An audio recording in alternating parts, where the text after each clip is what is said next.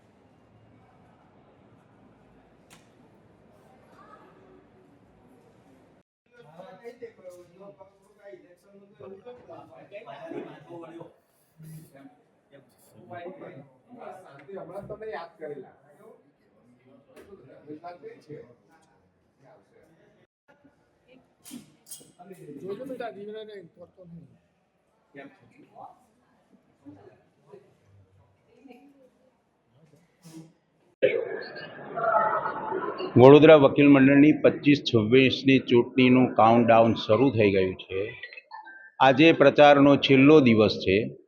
એના અનુસંધાનની અંદર તમામ વકીલોનો રૂબરૂ સંપર્ક સાધી અને હાલની ચૂંટણીમાં પ્રમુખ પદ માટે મારી ઉમેદવારી નોંધાવી છે.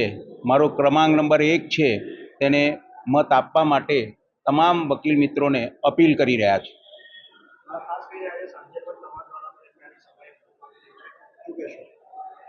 આજે સાંજે સૂર્યા પેલેસની અંદર વડોદરા વકીલ મંડળના પ્રમુખના ઉમેદવાર તરીકે એક વકીલોની સભાનું આયોજન કરેલ છે અને તેમાં મારા વિચારો મૂકી અને વકીલશ્રીઓને મારી તરફેણમાં મતદાન કરવા માટે વિનંતી કરનાર છે.